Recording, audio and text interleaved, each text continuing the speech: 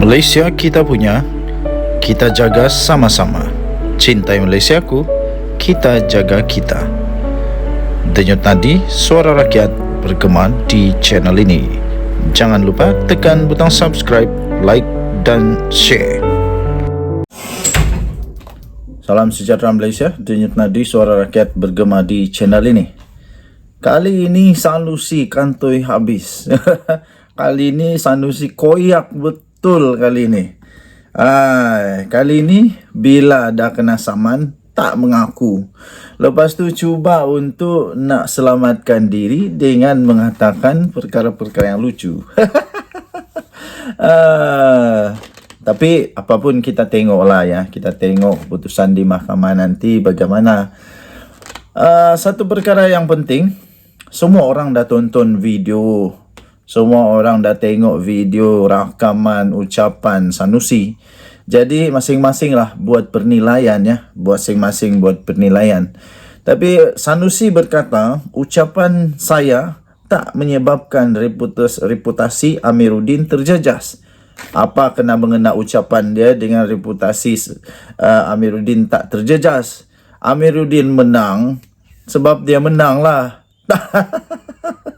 Ada Menteri Besar Kedah Datuk Seri Muhammad Sanusi Mat Noor menafikan beliau menuduh Menteri Besar Selangor Datuk Seri Amiruddin Syari yang secara langsung telah menyebabkan kerajaan Selangor kerugian 180 juta. Dia menafikan pula menuduh Menteri Besar Selangor. Waktu berkempen dulu bagaimana dia cakap ya? Saya pun dah lupa lah. Waktu kempen dulu macam mana dia cakap, saya pun dah lupa. Tapi sekarang bila dah kena saman di mahkamah, dia cakap dia nafikan, menuduh. Menurut ahli Dewan Undangan Negeri Adun Jeneri itu, yang dinyatakan ialah projek sekitar Sungai Kelang yang berpotensi mencatat kerugian paling kurang 180 juta ringgit dan tidak mengaitkannya secara langsung dengan Amiruddin. Itulah waktu bercakap fikir dulu. Muhammad Sanusi berkata beliau tidak pernah membuat tuduhan bahawa Amiruddin adalah seorang menteri besar yang tidak layak, tidak cekap, korup dan mengamalkan kronisme dan pilih kasih. Kenapa sampai macam begini pula sekarang? Kenapa dulu sampai Majlis Diraja Selangor telah membuat laporan polis kepada Muhammad Sanusi. Tapi sekarang dia kata beliau tidak pernah membuat tuduhan bahawa Amiruddin seorang menteri besar yang tidak layak. Cuba tengok balik kot. Jom tengok balik rakaman yang Sanusi telah dibuat laporan polis oleh Majlis Diraja Selangor. Ada tak dia cakap? Ada tak dia cakap? Kalau tak ada, kenapa Majlis Diraja Selangor buat laporan polis ya? Kenapa agaknya? Aduh, katanya beliau juga tidak pernah menuduh Amiruddin berpakat sulit dengan ahli perniagaan berbangsa Cina dan memperkayakan ahli-ahli perniagaan terbabit. Selaku ahli politik, katanya banyak sekali cemuhan dan penghinaan dibuat oleh rakyat, termasuk terhadap saya. Ucapan saya langsung tidak langsung menyebabkan reputasi plaintiff Amiruddin terjejas. Lebih daripada apa yang diungkapkan oleh rakyat sebelum ucapan saya, katanya. Aduh, itu fikiran Sanusi. Nanti fikiran mahkamah tak sama kot. Mungkin tak sama dengan fikiran Sanusi. Okey. Jadi dia kata banyak sekali cemuhan dan penghinaan dibuat rakyat, termasuklah terhadap saya, kata Sanusi. Satu saja. Kenapa rakyat nak cemuh kalau orang tu tak ada apa-apa masalah? Kenapa rakyat nak cemuh kalau orang tu tak ada apa-apa yang nak dicemuh? Rakyat hanya cemuh kalau ada benda yang layak untuk dicemuh. Kalau tak ada, saya tak fikir rakyat nak cemuh-cemuh. Rakyat pun tak nak dosa. Okey, lepas tu katanya plaintiff masih menang pilihan raya negeri Selangor walaupun dengan majoriti kurang. Pengurangan majoriti diperolehi plaintiff sudah tentu disebabkan pelbagai faktor yang subjektif termasuk kepercayaan rakyat, kebanyakannya terhadap jenama kerajaan perpaduan, kata Sanusi.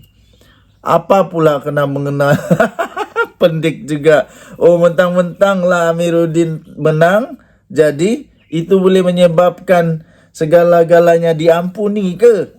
Segala-galanya dilupakan ke? Tak boleh lah. Adakah kemenangan Amiruddin terus boleh melupakan segala-galanya? Tak ada betul langsung terkait dengan apa yang dicakap oleh Sanusi. Pelik juga. Okey. Lepas itu dia kata plaintiff masih lagi dilantik sebagai Menteri Besar sehingga ke hari ini. Ini menunjukkan reputasi politik plaintiff di kalangan ahli parti PKR dan PHBN masih sama seperti sebelum ucapan saya. Tiada apa-apa reputasi yang terjejas, katanya.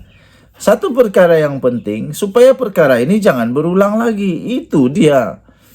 Oh, jadi kalau cakap fitnah, lepas tu buat tuduhan yang tak betul, lepas tu orang tu menang, lupakan. Lepas tu nanti buat lagi lah. Lepas tu kalau dia menang, lupakanlah. Tak ada apa-apa terjadi. Betulkah begitu? Tak bolehlah. Salah tetap salah. Dan tindakan perlu diambil kepada orang yang salah supaya jangan diulang lagi. Tujuan dia supaya jangan ulang lagi. Okey, untuk mendapatkan berita lengkap, anda boleh layari di Sinar Harian. Sinar Harian.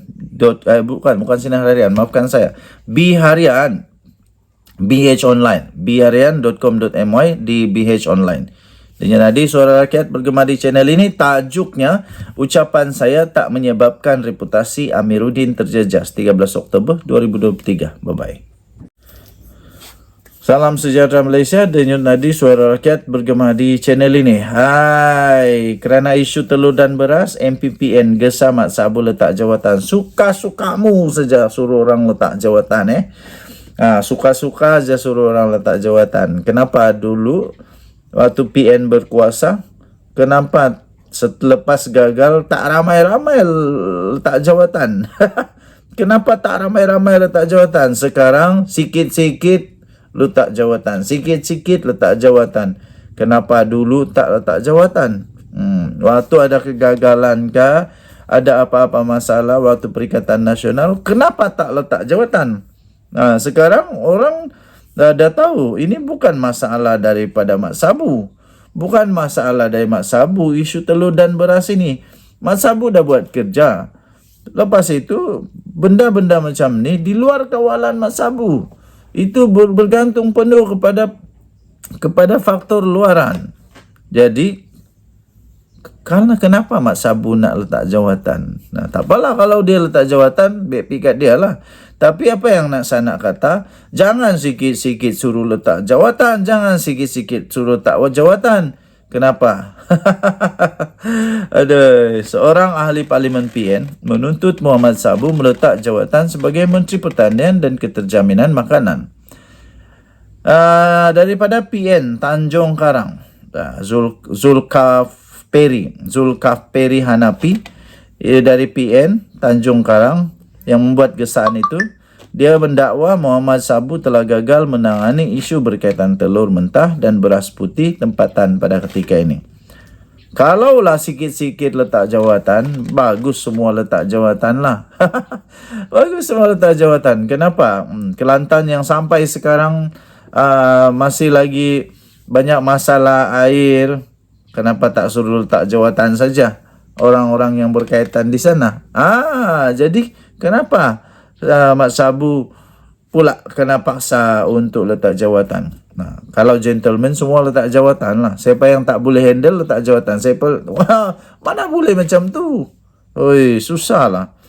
Bagi peluang dulu.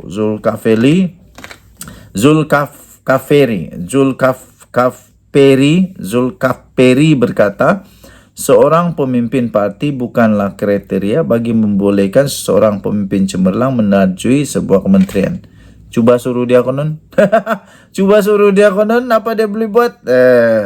Ketua parti bukanlah kriteria yang melayakkan secara otomatik untuk diangkat sebagai menteri, katanya.